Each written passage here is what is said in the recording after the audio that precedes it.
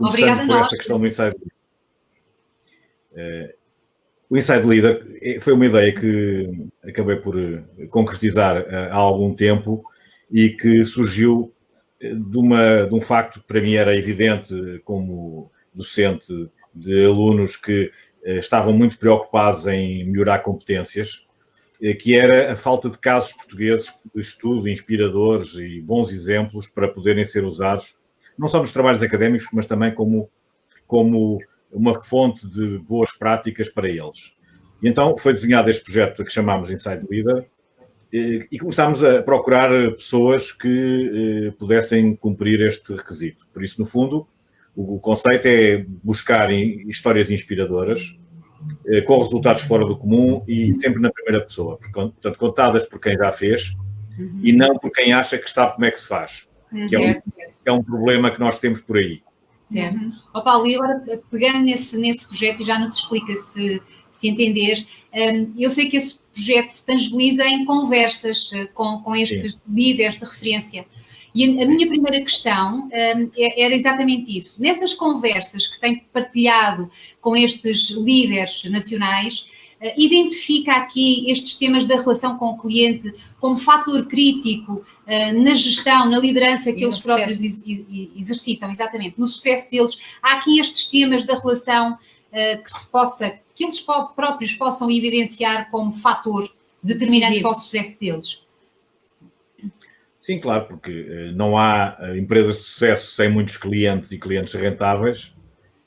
E os clientes são cada vez mais exigentes, para não dizer que são intransigentes, e por isso as empresas que não estiverem focadas nisso não têm nenhuma hipótese de sobreviver e de ser rentáveis e serem empresas interessantes. De forma que eu acho que essa é uma preocupação que nunca pode ser descurada e hoje em dia, mais do que nunca, porque toda esta digitalização que estamos a viver com uma intensidade maior do que nunca leva a que os clientes, para além de poderem ser mais exigentes e mais insatisfeitos por natureza, também são pessoas que dão feedback negativo ou positivo com muita facilidade. E, portanto, o seu estado de espírito é muito fácil de comunicar, é muito transparente.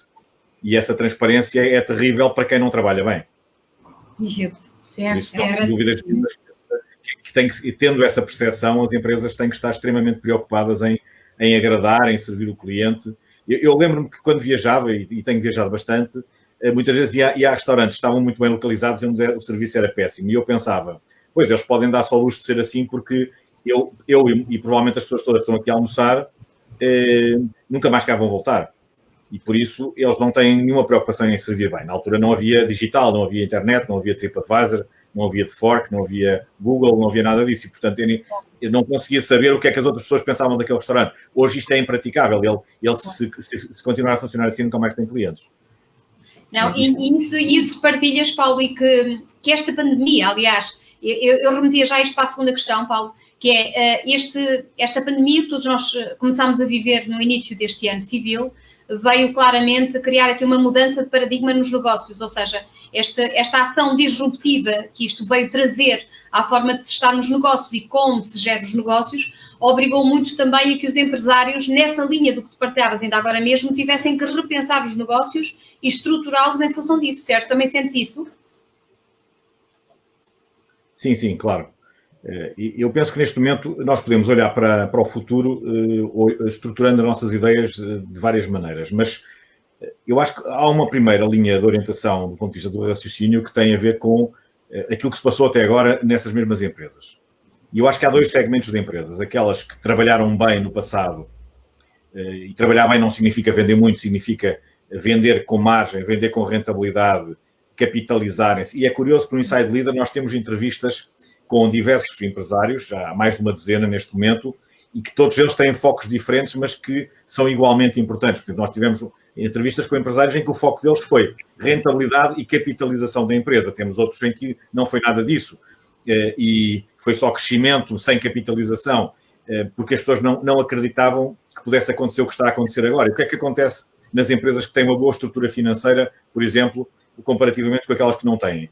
As que têm uma boa estrutura financeira, que pouparam, que não se endividaram muito, que foram cautelosas, neste momento estão muito beneficiadas em relação àquelas que foram mais, entre aspas, avileiras, e que hoje têm uma dívida substancial e com uma quebra de vendas também substancial põe em causa muita coisa e pode, inclusive, pôr em causa a respectiva sobrevivência. E a questão da quebra de vendas em alguns segmentos, como sabemos, não dependem do bom trabalho das empresas. Os mercados, pura e simplesmente, desapareceram ou reduziram-se de uma forma dramática. E, por isso, as empresas até funcionavam bem, estavam preparadas para crescer. Se continuassem a crescer, tudo correria bem, mas a verdade é que esse crescimento parou, pelo menos durante algum tempo. E isso, ok, agora houve aqui uns paliativos, umas moratórias e umas coisas, mas isso não vai ser uma solução para muitas delas. Por isso, há o problema da dívida, há muitas empresas extremamente endividadas e que neste momento têm um problema grave para resolver, porque ao caírem as vendas cai o cash flow, caindo o cash flow cai a possibilidade de pagar essa dívida.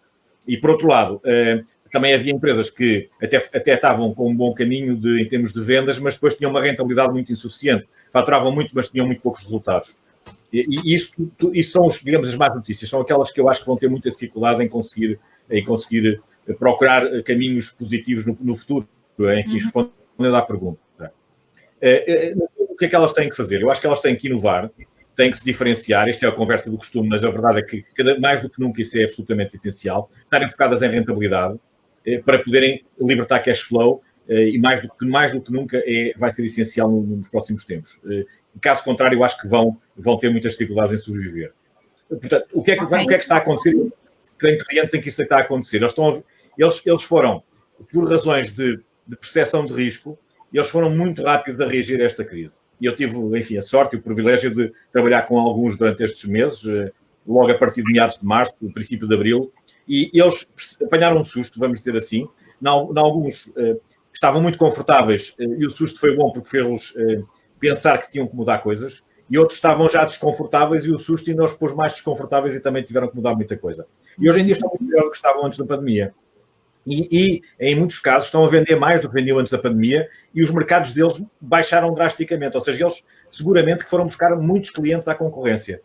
E porquê é que foram buscar clientes à concorrência? Porque fizeram as coisas certas e de uma forma rápida. E no fundo viram aquela velha história de que crise é igual a oportunidade e souberam transformar ameaças em oportunidades de variedíssimas maneiras. Ok. E eu adivinho... Porque na realidade há coisas que vão desaparecer. E havendo muitos concorrentes que vão desaparecer, realmente vão existir oportunidades. Agora, é preciso que os clientes, e voltando à questão dos clientes, é preciso que os clientes queiram trocar por essa empresa e não queiram trocar por outra. E, portanto, depois ou seja, nestes processos de troca, de depuração, isso é essencial, o cliente gostar de nós, dar-nos preferência, porque se ele vai escolher um novo fornecedor, ele tem muito pronto escolher. Está toda a gente a bater-lhe à porta. Ele agora tem que optar. E é precisamente aí, Florinda, tu estás a ver esta relação, nós temos falado muitas vezes na nossa live e o enfoque é muitas vezes na relação cliente-profissional, mas na perspectiva do B2C, ou seja, o cliente que vem ter comigo. Sim. Quais são as competências que eu, profissional, tenho que ter, as áreas em que eu sei que não posso falhar para conseguir que o cliente não saia dali e que me escolha, não é? Que decida comprar a mim. No caso, e o Paulo está aqui a trazer o exemplo de muitas empresas que têm um negócio B2B, em que é o comercial, o profissional que vai ao cliente. E é aqui que... como é que... Eu acho que o digital... O que é que este profissional... Eu acho que o digital trouxe-nos muitas lições nos últimos tempos. Sim. Porque o digital trouxe muitas lições do ponto de vista de como é que as coisas realmente funcionam. Porque não há empresas, há pessoas. No digital também não há empresas, há pessoas. E se nós olharmos como é que funciona um LinkedIn, nós percebemos claramente, ou um Facebook, nós percebemos claramente que o que é essencial são as pessoas. As empresas não existem desse ponto de vista. Existe um interlocutor que é uma pessoa. E por outro lado, o digital trouxe-nos outra lição muito importante, que é as ações comerciais e de marketing são mensuráveis. Hoje em dia nós temos estatísticas para tudo. Portanto, acabou a era da gestão sem números. Nós hoje temos que ter números para tudo. E quem souber ler os números e saber agir em função dos números é quem vai ter sucesso. De qualquer forma, sendo uma relação sempre entre pessoas, porque eu cada vez acho mais que o B2B e o B2C é uma coisa que começa a ter cada vez menos sentido desse ponto de vista. Acho que mesmo no B2B a relação é com alguém. E muitas vezes esse alguém não é só ele que decide, há ali depois um modelo de decisão que envolve outras pessoas. Enfim, e isso é uma coisa que eu também treino normalmente com as equipas com que trabalho. Porque normalmente há bloqueadores, há facilitadores, há um modelo de decisão, há ali uma sequência de pessoas que vão intervir no processo, umas para dificultar, outras para facilitar. Por isso, é sempre uma questão de relação entre pessoas. Certo, sim. Mas deixa-me perguntar, porque numa relação B2C, eu não tenho hipótese de me preparar para o cliente que vai entrar na loja. Quando eu estou a falar de uma relação B2B, não é? Business to business, sou eu que escolho o cliente onde eu vou. Portanto, eu tenho aqui uma pré-fase que eu posso ganhar pontos, não é? Esta preparação pode-me fazer aqui ganhar aqui alguma vantagem. O Paulo reconhece que as equipas fazem isto bem, ou ainda há um trabalho grande para ser feito nestas competências? Não, tradicionalmente não faziam praticamente nada. E realmente eu acho que cada vez mais a frase falhar em preparar é preparar falhar, ou falhar em planear é planear falhar, está cada vez mais na ordem do dia. Porque tradicionalmente a área comercial era uma área muito sui generis. A maior parte dos elementos das equipas comerciais não estavam muito preparados, muito menos preparados para a interação comportamental, estavam mais treinados ou bastante treinados do ponto de vista técnico, conheciam bem o produto, mas depois do ponto de vista quer das técnicas comerciais tradicionais, que na minha opinião são neste momento um bocadinho já secundárias, quer as técnicas comerciais comportamentais, que são as principais, estavam muito mal preparados. E isso é que faz a grande diferença, porque é que quando as pessoas são preparadas nestas áreas aumentam drasticamente os resultados, porque elas estavam na idade da pedra, digamos, em termos comerciais. E depois é toda essa questão que acabaram de referir da preparação.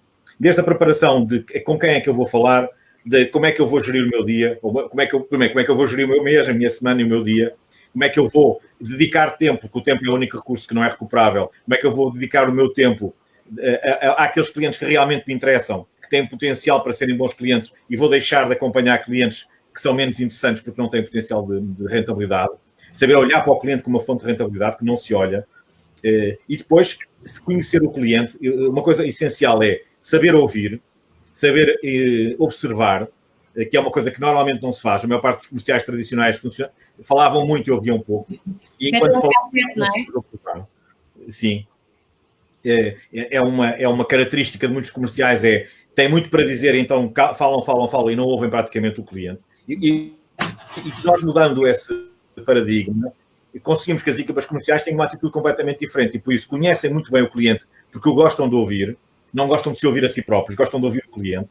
Ouvindo o cliente, conseguem perceber que tipo de pessoa é, características comportamentais é que tem, e a partir daí, sabendo que a cada característica comportamental, digamos, mais decisiva, se deve usar uma determinada forma de abordagem, eles passam a ter uma relação muito mais fácil com as pessoas que são os interlocutores deles do ponto de vista comercial. E a partir daí muda tudo, porque cria-se uma empatia muito maior e depois tem que aprender uma outra coisa, que é, percebendo o contexto em que vão agir do ponto de vista comercial, quer seja prospecção, quer seja manutenção dos clientes, eles conhecendo o contexto, e se ouvirem mais o cliente, eles vão conhecer mais o contexto, vão conhecer mais as dores do cliente, vão conhecer mais as vontades e os desejos do cliente do ponto de vista do seu negócio, eles vão poder lidar com a interação de uma forma em que o cliente vai ficar muito mais satisfeito e vai querer ser o cliente a comprar, e eles não vão precisar tanto de querer serem eles a vender. A grande mudança no modelo eu tenho que criar insight no cliente para que ele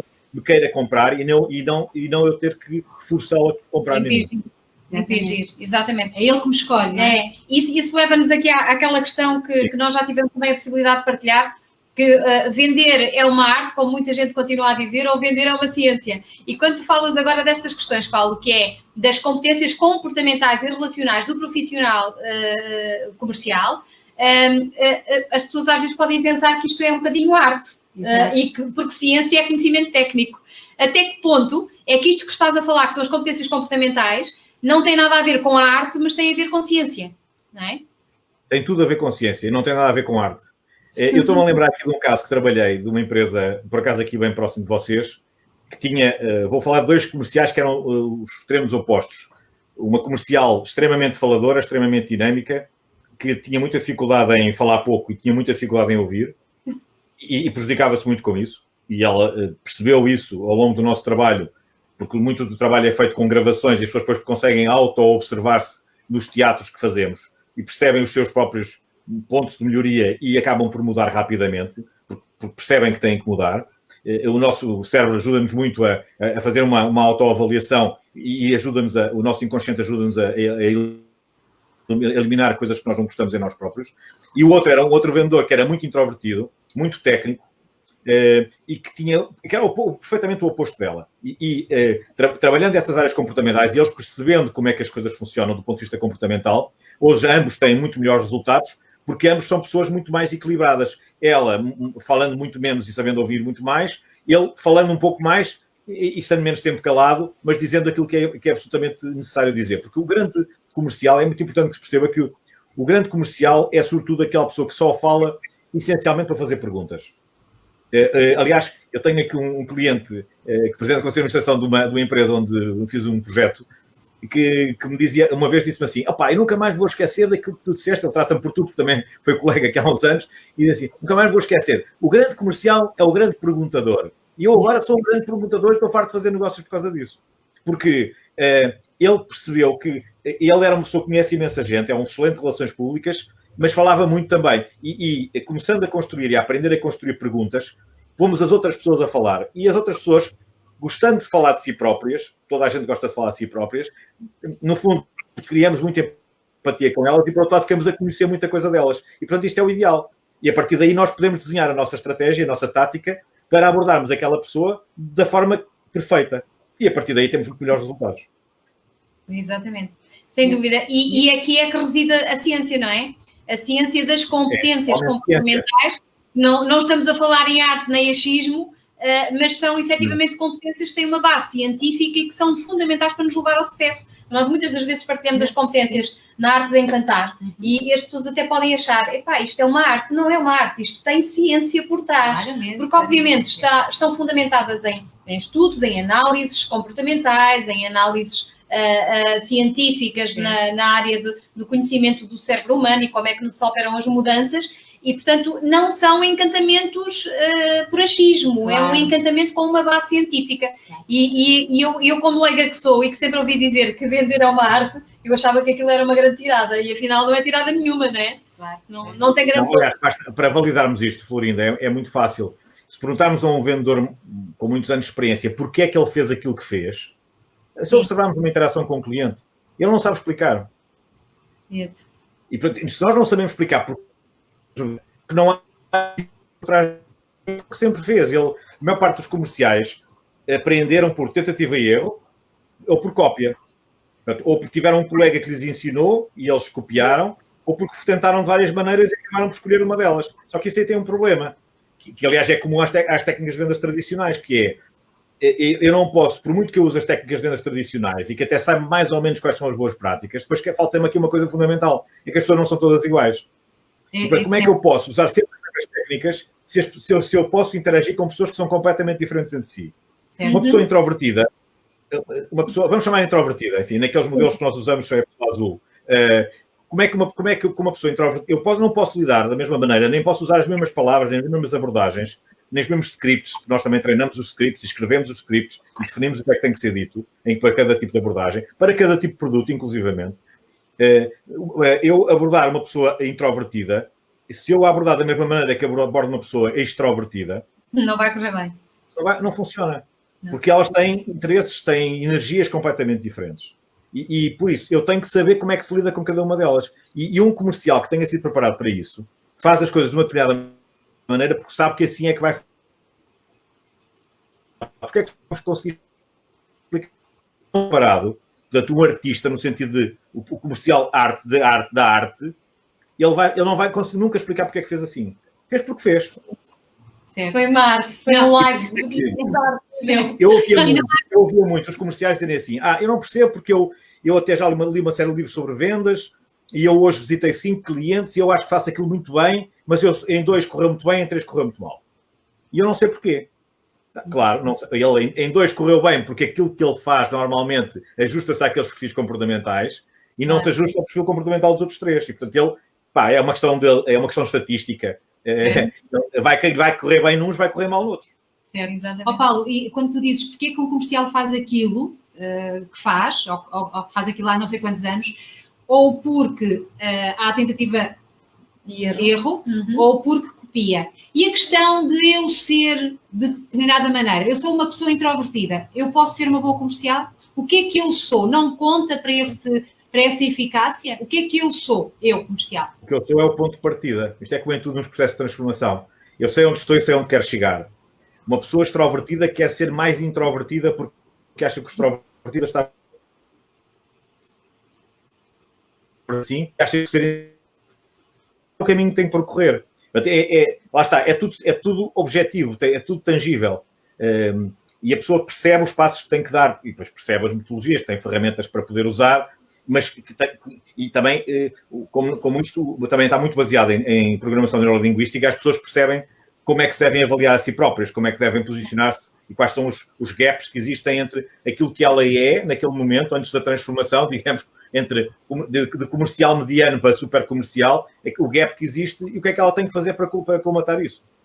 No fundo, é as competências e as áreas e as energias que ela tem que trabalhar para ter aqui uma diversidade de respostas muito mais lata, muito mais ampla, não é? Porque nós podemos ser mais de uma determinada forma, mas isso não invalida que eu não desenvolva competências de flexibilidade para utilizar ferramentas que não são necessariamente aquelas onde eu me sinto mais confortável, mas sei usá-las, tendo em conta os perfis que eu apanho pela frente, não é? É um bocado isso. Sim, a programação neurolinguística é extraordinária em muitas coisas. Primeiro no autoconhecimento e depois numa outra coisa absolutamente essencial que faz-me transformar completamente os resultados comerciais, que é a capacidade de aceitação das outras pessoas. E eu não tenho que achar que vou a um cliente picuinhas, nem tenho que achar que vou a um cliente chato, nem tenho que achar que vou a um cliente tagarela. Eu não tenho... Ou ele me interessa ou não me interessa, como fonte de receita e de rentabilidade para a minha empresa. Eu tenho que saber como é que ele é e depois eu vou definir a minha abordagem em função daquilo que ele é. Se ele é picuinhas, porque provavelmente é uma pessoa azul, é uma pessoa introvertida, etc. Eu sei que abordagem é que devo fazer com uma pessoa desse tipo. Se ele é um tagarela, é porque é uma pessoa extrovertida. Eu também sei que abordagem é que devo fazer com uma pessoa desse tipo. E porque eu costumo dizer, o dinheiro do tagarela é igual ao dinheiro do picuinhas. Tanto faz. Nós temos é que aceitar. Eles são assim, nós temos que saber adaptar-nos a eles e interagir com eles da melhor maneira. E isto faz toda a diferença. E, portanto, muito deste teu trabalho com estas equipas comerciais é trabalhar estas competências relacionais ao serviço das vendas, não é? Que é dar esse estofo que é o que tu partilhavas há bocadinho, competências e know-how em termos de vendas, muito ou poucas as pessoas vão apresentando. A maior fragilidade, como tu definias, passa muito por estas competências relacionais que se levam para o processo. E aqui é que há ainda um trabalho muito grande a fazer, não é? E depois preparação, porque, por exemplo, eles não têm normalmente preparadas coisas absolutamente obrigatórias, como gestão de objeções. Quando trabalho com as equipas, isto é um trabalho sempre de grupo e de partilha e de discussão. Quais são as principais objeções que vocês costumam ser confrontados? São mais ou menos sempre as mesmas em quase todas as empresas. O cliente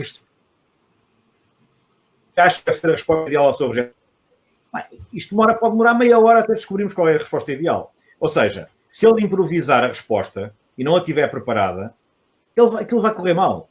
E nós, inclusive, podemos preparar uma resposta que nos leva àquilo que nós queremos, que é que o cliente tenha uma determinada reação. Portanto, eu não vou responder só para passar entre os pingos da chuva, eu vou responder da forma que me interessa responder para gerar aquilo que eu acho que é essencial sempre na interação, que é curiosidade e interesse do outro lado para que o cliente depois me queira comprar. Então, porque lá está, eu não sou um vendedor, eu sou alguém que faz com que o cliente me queira comprar. E essa é a nova filosofia das vendas. E para isso eu tenho que saber, quando ele levanta uma questão, é porque isso é caro, porque eu não vou precisar, porque qualquer coisa, uma objeção qualquer daquelas clássicas, ele tem que saber responder e responder já preparando. É um bocadinho como um jogador de xadrez, como um jogador de bilhar, que quando manda uma tacada já está a preparar a bola para a jogada seguinte. Porque um bom jogador de bilhar é aquele que não só mete a bola no buraco, como prepara a bola para a jogada seguinte. Isto é precisamente a mesma coisa. Eu acho que, aliás, há aqui muitas analogias com diversos jogos. O bom vendedor também é como o jogador de xadrez. Porque ele, antes de jogar uma peça, ele vai imaginar como é que o adversário, neste caso é o cliente, ou o interlocutor, vai jogar a peça dele. E ele sabe que se jogar para um... E, no fundo, quer chegar a um determinado objeto, fazer checkmate, não é? Mas ele tem que imaginar o que é que vai acontecer. Primeiro, um comercial que vai para uma reunião, para uma interação com o cliente, e que não imagina o que é que o cliente lhe vai perguntar, nem imagina o que é que o cliente vai usar como objeção, é alguém que não percebe nada do que está a fazer. É o artista, lá está, no mau sentido. Eu chego lá e dou a volta, chego lá e dou a volta à situação. Dá a volta e depois não tem resultados. Pode correr bem, pode correr mal, não é? É um bocadinho o Serafim Saudade, não é? Sou artista. da Rádio e TV Pirata. Sim, e tu já viste, ainda a ouvir o Paulo, nós temos a chegar à conclusão que as competências são transversais, não é? Iguais em qualquer... Independentemente deste B2B ou deste B2C, como vocês estavam a falar, nós acabamos por estar sempre a falar do mesmo. Uma questão que difere, que é o que o Paulo partilhava connosco, se calhar quando é numa relação B2B, eu tenho um espaço de preparação, o que também não quer dizer que o profissional do B2C também não domina estas ferramentas para controlar aquilo que ele pode controlar e que está sobre o seu processo de controle. Isso mesmo. Mas este planeamento e esta preparação é notável. Olha, Paulo, só para fecharmos, porque tínhamos aqui a conversa para a noite toda. A B2C que é igual a B2B, porque desde que a venda seja demorada, e eu já trabalhei nesse setor, já fiz trabalhos nesse setor, por exemplo, na ótica, é uma venda B2C, mas é demorada. Eu consigo observar a pessoa. E, portanto, funciona como no B2B. Porque a pessoa vai para o optometrista e ele consegue perceber que tipo de pessoa é que é. Depois vem para o encargo, perceber que pessoa é que é. E depois nós, percebendo que tipo de pessoa é que nos vem comprar as armações ou as lentes, nós conseguimos gerir a relação melhor e que também ajustarmos ao perfil de personalidade da pessoa. Portanto, isto não tem que ser classificado obrigatoriamente como B2C e B2B. Acho que é uma venda por impulso, digamos, uma venda rápida versus uma venda mais técnica e mais demorada, que pode ser feita na loja. Certo, claro. Certo. Dos casos que passaram por ti ao longo deste processo, que foi muito difícil desde que esta pandemia conseguiu, e não desde que esta pandemia aconteceu, e não só, não quero restringi-lo a isso só, mas dos casos que tens trabalhado, Paulo, e destes casos de sucesso que de certeza tens aí e que acompanhaste ao longo do teu percurso, poderia desafiar-te a pensar quais foram os fatores críticos de sucesso nesses casos que têm a ver claramente com esta relação com o cliente e que fizeram a diferença. Consegues identificar aí alguns pontos críticos nesta área que tu digas assim, ok, não tem que ser iguais para todos, mas que te saltem aí ao olhar com este distanciamento? Eu acho que a maior parte daqueles que são críticos eu já referi, que é o saber aceitar o cliente, saber interpretá-lo, saber observá-lo, saber ler os sinais que ele dá, saber conduzir a interação em função desses sinais. Sim. Porque a maior parte dos comerciais, como não sabem ler, primeiro lá vamos a falar de observar. Ao sabermos ler os sinais, nós conseguimos ir ajustando a nossa condução. Enquanto que se não lermos os sinais, vamos como no nevoeiro, aquilo vamos rezar para que não apareça nenhum buraco. E por isso, acho que mas eu acho que mais importante do que tudo isso tem a ver com a própria personalidade, quer da empresa, quer da liderança, quer das próprias pessoas que participam nestes processos. Primeiro, eu acho que as pessoas têm que ter humildade para aceitar que têm muito para evoluir. Portanto, esse é o primeiro ponto. Tive só um caso de um comercial que se recusou, por exemplo, a fazer teatros de venda porque disse que não era ator de teatro. Pronto, ok, não fez, não podia ser obrigado, claro que foi despedido passar pouco tempo. Não porque não fosse comercial, mas porque não tem o espírito que hoje em dia as empresas têm que exigir aos seus colaboradores, que é a humildade. Se eu pertenço a uma equipa em que toda a gente está disponível para fazer isto, e ele, prima dona, diz que não faz, o que é que ele está? Ele está a dizer que é especial, que é superior aos outros, que é diferente dos outros, que é mais que os outros. Portanto, isto é gravíssimo. Paulo, e também passa muita mensagem que não está disponível para se pôr em causa, não é? Mas mais do que isso, ele acha-se mais do que os outros. E ainda por cima é o único vendedor que estava há pouco tempo na empresa. E portanto ele não faz parte daquela cultura. E por isso não estava a mais, claramente. E para falta que ele razoavelmente, mas também já foi substituído, não é? E seguramente que ele terá uma cultura ajustada a outra organização para onde poderá ir no futuro. Portanto, as pessoas não são boas nem más, estão encaixadas no sítio certo ou não estão. Portanto, eu acho que essa questão da humildade é absolutamente indispensável. A questão da boa liderança é absolutamente indispensável. Os projetos que tiveram mais sucesso foram aqueles em que os administradores, a gestão de topo, esteve em todas as sessões de trabalho, e esteve presente, e interveio, e interessou-se, e que soube humildemente trabalhar ao mesmo nível dos seus colaboradores, da sua equipa, e correu sempre pior nas empresas onde os patrões, eu não vou chamar empresários, vou chamar patrões por essa razão mesmo, comprometeram-se a estar nas sessões e não estavam. Porque isso dá um péssimo exemplo. Eu acho que a pandemia veio trazer uma outra coisa, que é a absoluta necessidade das pessoas terem que dar exemplos. E infelizmente, em muitas empresas nossas, há muito maus exemplos ao nível da liderança de topo. Muito maus exemplos. E a maior parte das pessoas que dão maus exemplos não notam que estão a dar maus exemplos. Fazem coisas absolutamente disparatadas do ponto de vista da gestão. E as pessoas, como estão muito sensitivas, como estão muito carentes neste momento, como estão muito preocupadas, como estão muito desequilibradas até do ponto de vista emocional, ligam muito mais a esses sinais. Lá está, mais uma vez, o problema da leitura dos sinais, neste caso não para fora, mas dentro. Isso. Nós ensinamos toda uma equipa este tipo de análises comportamentais, damos todas estas ferramentas, e o patrão nunca lá pôs os pés, desculpem a expressão, ele não fala aquela linguagem. Claro. E portanto, ele está a auto-excluir-se daquela nova cultura que foi criada. E isto é péssimo, porque todos passam a falar uma nova linguagem, todos passam a ver as coisas como... Eu costumo dizer que estes cursos podem... mudam os óculos das pessoas, as pessoas veem, começam a ver o mundo de outra maneira. E ele, que é, no fundo, o líder, devia ser o exemplo, não esteve lá, não percebe nada daquilo que está a acontecer. Portanto, isto é péssimo. Portanto, eu acho que eu não estou sequer a responder à pergunta, mas estou a falar em coisas que eu acho que são absolutamente indispensáveis. Em muitas empresas, na realidade, os líderes estão completamente ultrapassados. E não vão conseguir aguentar as coisas se continuarem a ser como são. Se não se transformarem, é um bocadinho isto, se não se transformarem para ter uma organização alinhada, muito provavelmente não vai passar de formação, não é? Sim, muitas vezes, e eu reconheço também isto, muitas vezes os líderes, os supostos líderes, os chefes, os patrões, como diz o Paulo, contratam consultores, pagam fortunas para implementarem planos maravilhosos de formação e de consultoria, e depois aquilo não resulta em nada, simplesmente porque eles não estão comprometidos com os projetos. E este é, de facto, um problema que nós também... desafio grande, não é? Não estão comprometidos nem mudar os próprios. Enquanto que toda a gente fez um grande esforço para mudar, de uma forma ou de outra, eles excluíram-se do processo de mudança. Sim, e depois pedem-nos ferramentas milagrosas, não é? Pedem-nos, olha, faça aí com a equipa qualquer coisa, porque eles precisam de faturar mais.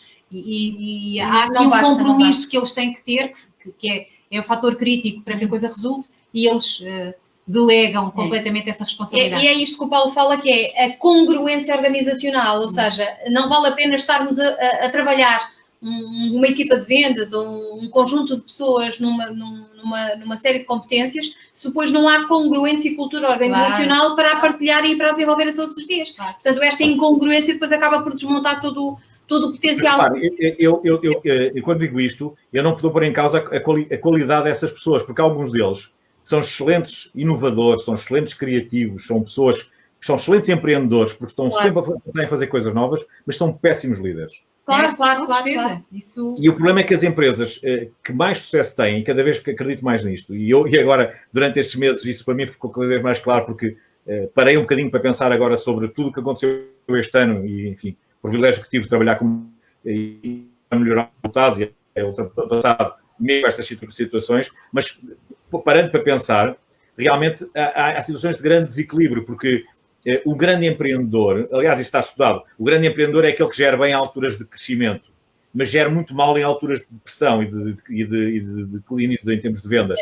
Isso é claramente verdade. Essas pessoas, como não sabem ser gestores, nem sabem ser líderes, só sabem ser empreendedores, e eu acho que são coisas completamente diferentes, nestas alturas ficam completamente baralhados e perdidos e têm muito mais dificuldades do que os outros em conseguir manter as coisas orientadas para o sítio certo. E depois, não conseguem motivar a equipa, porque lá está, sem uma altura em que as pessoas estão todas com grandes dúvidas acerca de tudo e mais alguma coisa. E não veem ali, não há um líder, não há uma referência, não há alguém que os anima, alguém que lhes dá, digamos, os sinais positivos que eles precisam todos os dias para acreditar e para estarem mais motivados e conseguirem melhores resultados. É muito difícil.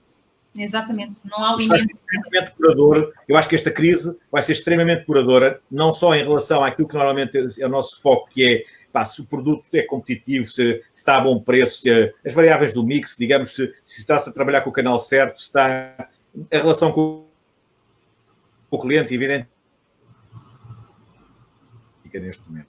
E, por exemplo, eu tenho clientes que já reforçaram as equipas comerciais durante esta crise, indo buscar comerciais excelentes a empresas concorrentes que estão a definhar. E as pessoas o que é que fizeram? A primeira coisa que fizeram foi pôr só fresco. E claro, esses comerciais vão para o mercado, quem está atento agarra-os no primeiro dia. Pode, porque eles são bons. E portanto, o que é que está a acontecer? As empresas mal geridas já estavam com problemas, mas mais problemas vão ter porque os bons elementos vão se ir embora. Sim, claro. E há muitas pessoas que não perceberam isto. Sem dúvida. Eu acho que foi... Já ultrapassamos mais do que o nosso tempo, Paulo. Obrigada. E ficávamos aqui a conversar eternamente, certamente, e a noite toda, porque temos conteúdo e estamos muito alinhados naquilo que acreditamos. As nossas crenças e os nossos valores são muito comuns. Mas não deixa de ser pertinente estas partilhas do Paulo. E para todas as pessoas que nos veem do lado de lá, estando em posição de liderança ou não, acho que todos nós temos um papel de liderança nos processos onde estamos envolvidos e devemos ter sempre esta... Somos líderes sem título. Hã? Somos líderes sem título do Robin Sharma. Exatamente, é mesmo isso. Que é de facto uma cultura que eu partilho muito também como tu. E eu acho que é importante esta partilha e esta reflexão para as pessoas também ganharem cada vez mais consciência da dificuldade que esta pandemia nos veio trazer e ao mesmo tempo da oportunidade que ela pode representar se estivermos atentos e focados naquilo que queremos. Certo. Paulo, foi um gosto ter-te cá. Obrigada, Paulo, obrigada. Obrigado pelo convite. Obrigada. Haveremos de ter, com certeza, muitos outros momentos de partilha. Foi um gosto grande tê-lo cá. Ter-te cá, já não sei muito bem se é tu, se é você. Ter-te é o tu. Sim. É como vocês quiserem, diz o Paulo. Eu tenho as facetas todas, não é? Escolham. Ok. Combinado. Mas foi muito bom, Paulo. Obrigado por esta partilha. Que de certeza vai ser um contributo para todas as pessoas que nos acompanham e que nos veem depois em diferido. E é sempre bom refletir um bocadinho nisto e ficar a conhecer também um bocadinho do teu projeto, que vem muito ligar-se ao nosso. Certo. E haveremos certamente de pensar em formas de nos complementarmos. Certo. Tenho todo o gosto. Tenho o Inside Leader quer no Facebook, quer no YouTube. E são sempre bem-vindos e verem os vídeos e os bons exemplos que temos por lá. Boa. Obrigada, Paulo. Foi Obrigado, eu. Até para a semana. Até para a semana não, Paulo. Para o Pode Paulo ser, não é até até para a para a semana. semana. Se calhar também pode ser. Para o Paulo.